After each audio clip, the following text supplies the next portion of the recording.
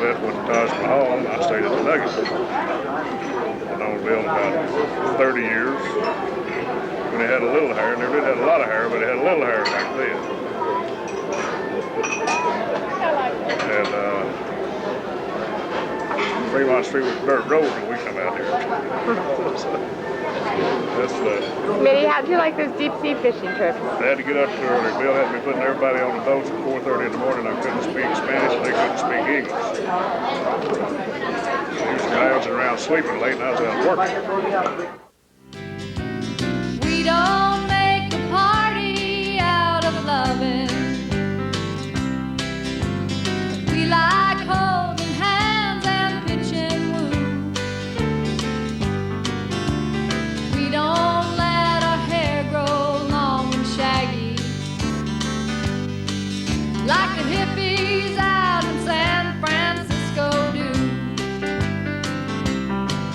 And I'm proud to be an Okie from the Skokie. Patty, how long have you known Bill? I've known the Cleeker for about 35 years. 35 years. He's much older than I am, however. Place where even the squares can have a ball. We still wave Old Glory down at the courthouse. White lightning still the biggest thrill of all. Leather boots are still in style if a man needs footwear. Beads and Roman sandals won't be seen. I think that Bill and I's most memorable moment was the time we spent together in Marbella, Spain, walking down the beach trying to photograph topless women. Almost got killed, yeah. I wish Bill the best of luck and a long, long life along with his family and his healthy grandchildren. Football's still the roughest thing on campus, and the kids here still respect the college dean. And he's proud to be an Okie from Muskogee, a place where even squares can have a ball. We still wave Old Glory down at the courthouse. Hi, Bill. When they asked me to do this, I was a little bit nervous because they said there were no cue cards and I had to make something up. Well, I was nervous about it until I found out that Smitty was going to do the same thing.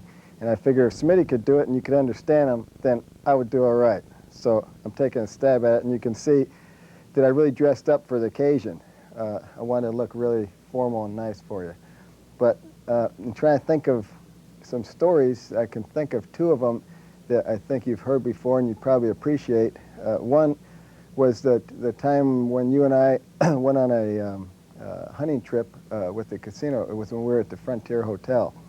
And they told me that your nickname was the Cowboy, and I didn't know you real well. And of course, I'd ridden all my life, and part of the hunting trip was horseback riding, and the horses were not exactly the kind you find in dude ranches. They were a little on the wild side, but we went off riding, and you had your Levi's and your big cowboy hat and your belt buckle with your name on it.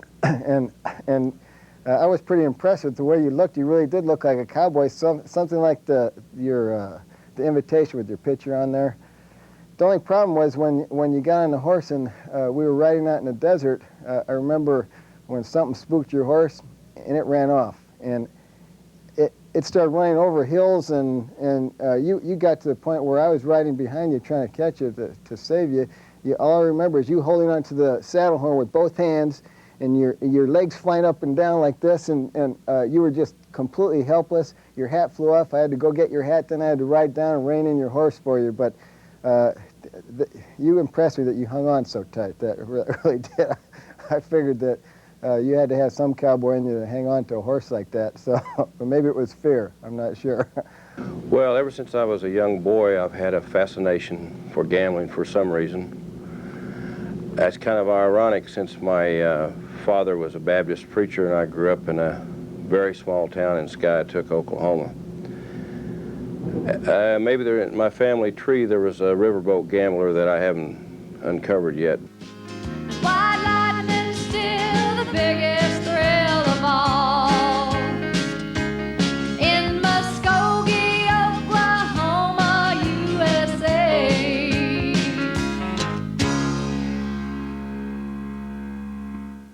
I remember my first time that I had a gambling experience was when I was about 8 years old, and we used to shoot marbles on the playground. At the local candy store, we could buy a bag of marbles for a nickel, and we'd take them to school. And at recess, we'd draw a circle in the dirt and shoot marbles, and you got to keep all the marbles you knocked out. If you ran out of marbles, you had to go back to the candy store and buy another bag for a nickel if you could find the nickel. And I got pretty good at this marble game, so one day I came home with all the marbles in the class, and I had my bib coveralls loaded full of marbles, and I was celebrating, having a great time, until my dad came home. He found out how I obtained these marbles, and I not only lost all my marbles, I got a severe whipping. That temporarily put my gaming career on the skids, but I never lost my desire. And 14 years later, I was headed west in that old 56 Ford Victoria to start my gambling career, pursue my gambling career. And it's the laughter we will remember whenever we remember the way we were. I worked back in the early 70s and late 60s for Monty Hunley at the Sahara Tahoe Hotel. And Monty was a wild and crazy guy, and we put on some wild and crazy events. And we had many successes. We chartered planes from every major city in the United States, among all the other golf tournaments and events that we staged. And I remember one time in particular, I was down in San Antonio, Texas, playing poker. Actually, it was October the 20th, 1971. And the following morning, we'd planned on taking a charter from San Antonio to Lake Tahoe. And at the time, I had a residency in Oklahoma City as well as Tahoe, and my wife was pregnant. I got a call from the housekeeper, interrupted the poker game, and said, "Your wife is going to the hospital, she's in labor."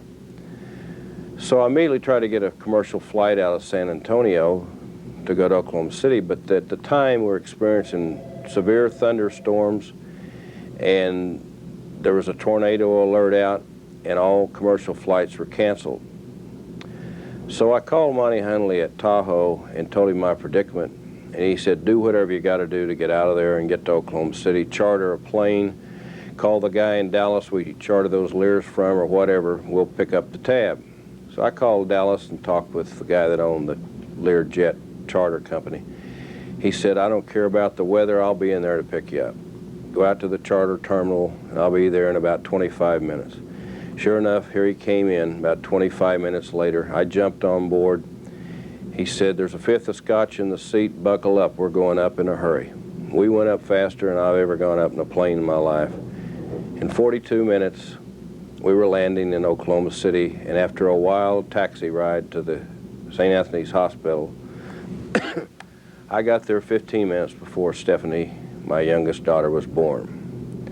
I named Stephanie Drew after Monty Drew Hunley, and I'm forever grateful for Monty's generosity in helping make that event possible, to be there for my daughter's birth.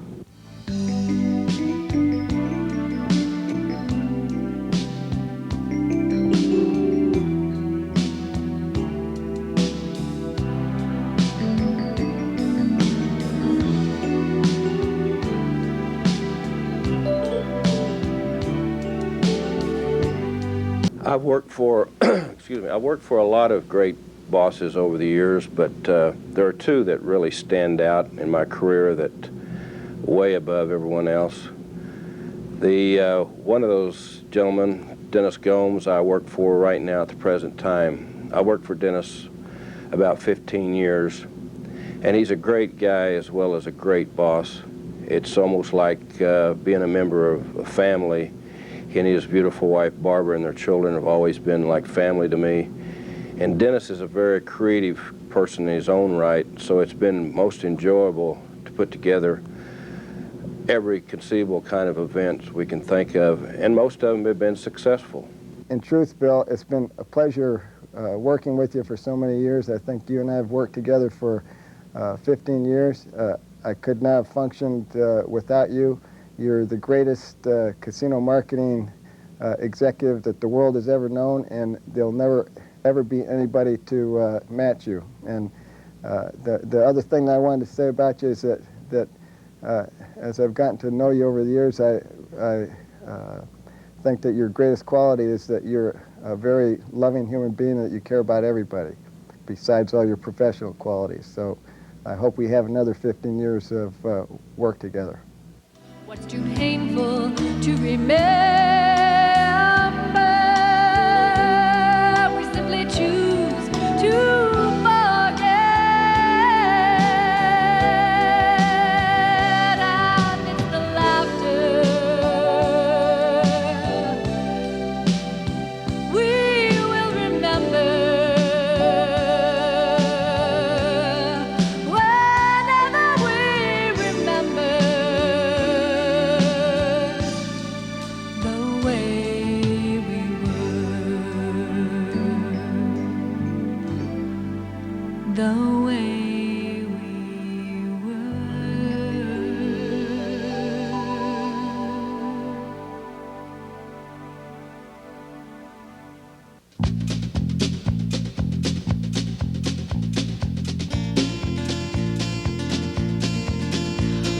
Road again, just can't wait to get on the road again.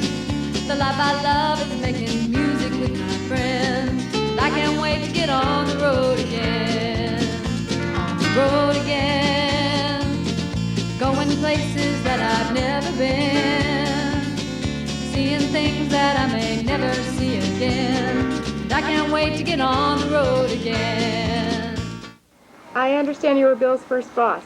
Yes, I was. When he first came to town, he can add, and he could keep numbers straight. And he was pretty good on a 10-key adding machine, and that was about all a guy needed to have. Bill was good from the first time, from the get-go.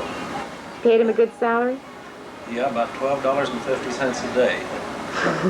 That might have been a little bit too much. Yeah, about twice the world. 35th anniversary in gaming.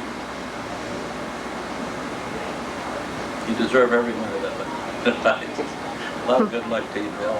On the road again, like a band of gypsies, we go down the highway.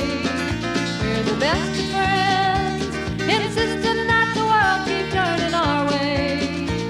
And our way is on the road again. I just can't wait to get on the road again.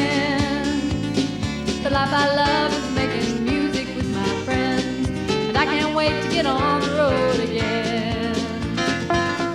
We chartered one time the Playboy Black Bunny plane, and Hugh Hefner didn't want to charter it to us because it had never been chartered before, but we gave him enough money that he finally decided to. And we took 25 of our high rollers to New York City, and they stayed at the Waldorf for 2 nights in suites, and had 2 nights of parties.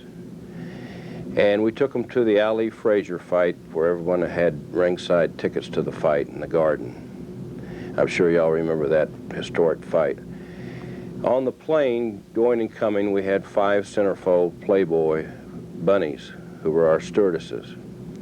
Well, after we flew them back to Tahoe, the 25 high rollers, I don't think Hefner ever chartered that plane again after that trip. But it was a very exciting time, and it's something I'll always remember, and I think everybody who was on that flight will always remember. Then at the Hilton, in the mid-'80s, we had some very exciting big game fishing trips to Mexico, Cabo San Lucas, Mexico, where we charter some big yachts and fish for marlin and sail and had luau's on the beach, cockfights on the beach. We had some super good times on those trips that we staged about 2 times a year when I was at the Las Vegas Hilton. I can tell you a story about Bill Cleek. When I first got in this business 10 years ago, he took me into a little joyride through Texas and Oklahoma. We stopped at a place called Tulsa, Oklahoma, and he showed me all the high rollers there. Of course, we had to go and buy him a few cocktails and dinners, a few table dances along the way. And 9 days later, I was ready to call it quits. Casino business and go back to Hawaii. But I hung in there. Bill's been a long friend of mine for many years and learned a lot from him. And best of luck to you the next 35 years, Bill.